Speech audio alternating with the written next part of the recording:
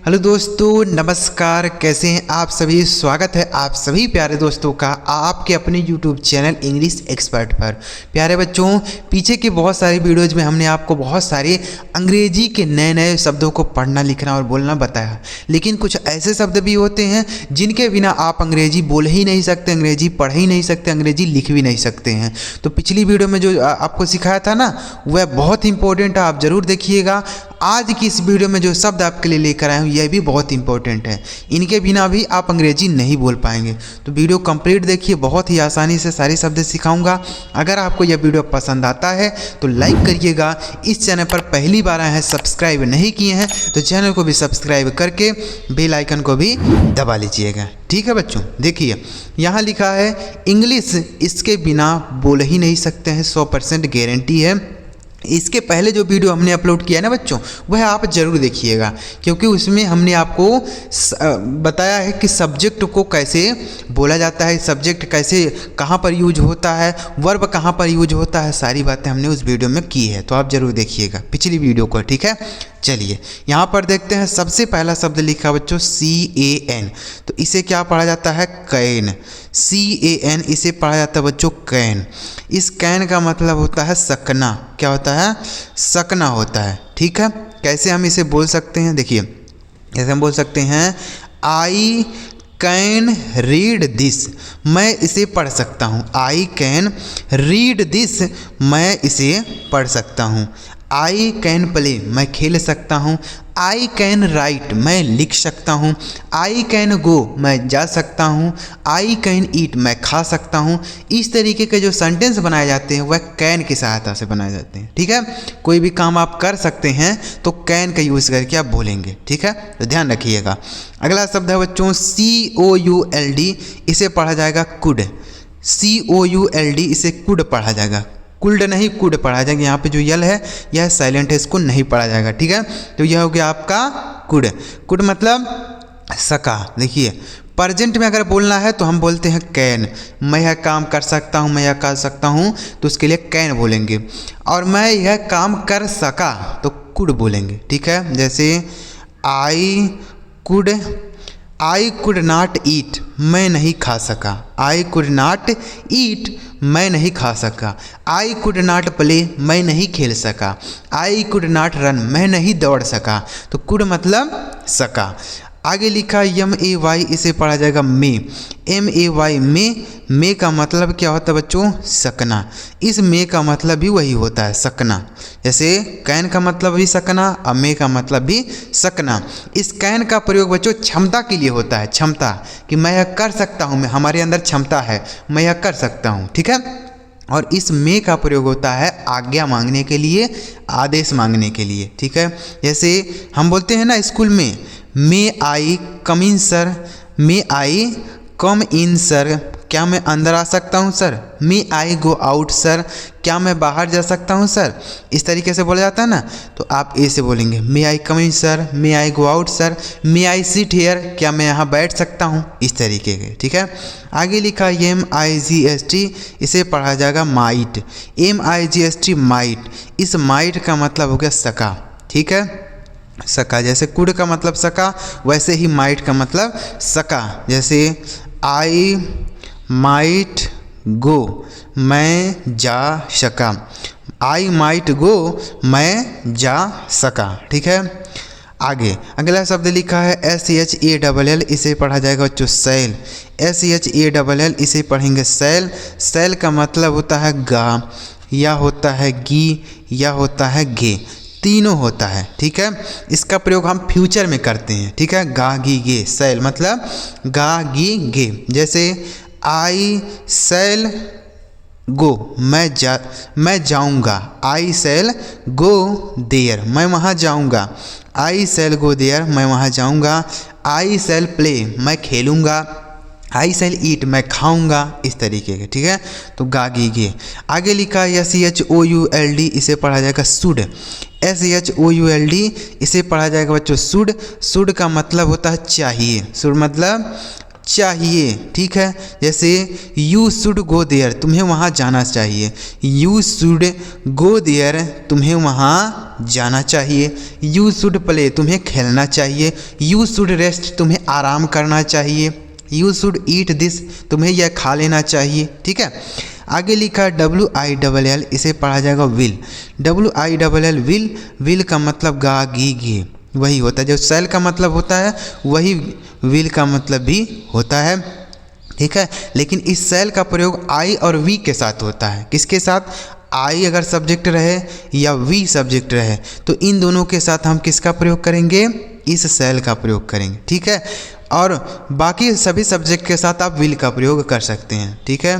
जैसे you will go there, तुम वहाँ जाओगे। यू विल गो देयर, तुम वहाँ जाओगे। आगे लिखा WOULD, इसे पढ़ा जाएगा वुड। WOULD, इसे पढ़ेंगे वुड। यहाँ पर भी यल साइलेंट है। वुड मतलब गा गी गे होगा, लेकिन पास्ट में बात होगी, ठीक है, पास्ट में। यह भी आप याद कर लीजिए। आगे लिखा MUST, इसे पढ़ा जाएगा मस्ट। MUST, मस्ट मतलब होता है चाहिए। इस मस्ट का हिंदी अर्थ भी होता है चाहिए, ठीक है। मस्ट, जैसे यू मस्ट रीड, तुम्हें पढ़ना चाहिए। यू मस्ट रीड, तुम्हें पढ़ना चाहिए। यू मस्ट प्ले, तुम्हें खेलना चाहिए। यू मस्ट गो देयर, तुम्हें वहाँ जाना चाहिए, ठीक है। तो मस्ट मतलब चाहिए, शुड मतलब भी चाहिए होता है। आगे लिखा है DID, इसे पढ़ा जाएगा डिड। DID, डिड मतलब हो गया किया। डिड मतलब किया हो गया, ठीक है। देखिए डिड मतलब किया, जब अगर वर्ब के रूप में यूज होगा तो इसका मीनिंग कुछ नहीं होगा, लेकिन अगर मेन वर्ब के रूप में होगा तो इसका मतलब किया हो जाएगा, ठीक है। जैसे he did not go there, he did not go there, वह वहाँ नहीं गया। He did not go there, वह वहाँ पे नहीं गया। तो यहाँ पर डिड का मीनिंग कुछ नहीं होगा, ठीक है। केवल पास्ट टेंस में प्रयोग किया जाता है। लेकिन अगर डिड मेन वर्ब के रूप में होता है तो उसका प्रयोग होता है, ठीक है। जैसे आई डिड दिस, मैंने इसे किया। आई डिड दिस, मैंने इसे किया। तो यहाँ मेन वर्ब है, इसलिए डिड का मतलब किया। आगे लिखा DO, इसे पढ़ा जाएगा डू। डू का मतलब होता है बच्चों करना, ठीक है। अगर मेन वर्ब के रूप में होगा तो करना, और हेल्पिंग वर्ब के रूप में होगा तो कुछ नहीं होगा। जैसे I do not go there, मैं वहाँ नहीं जाता। I do not go there, मैं वहाँ नहीं जाता। तो इस डू का मतलब कुछ नहीं हुआ।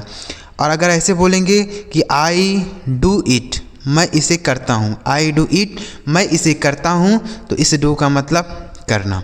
आगे लिखा DOES, से पढ़ा जाएगा डज, मतलब हो गया करना। ऐसा इसके भी साथ ऐसा ही होगा। अगर मेन वर्ब होगी तो इसका प्रयोग हो जाएगा करना के रूप में, लेकिन अगर हेल्पिंग वर्ब होगी तो इसका मीनिंग नहीं होगा। जैसे ही डज नॉट प्ले, वह नहीं खेलता। ही डज नॉट प्ले, वह नहीं खेलता। तो यहाँ पर डज का कुछ मीनिंग नहीं होगा। आगे लिखा LET, से पढ़ा जाएगा लेट।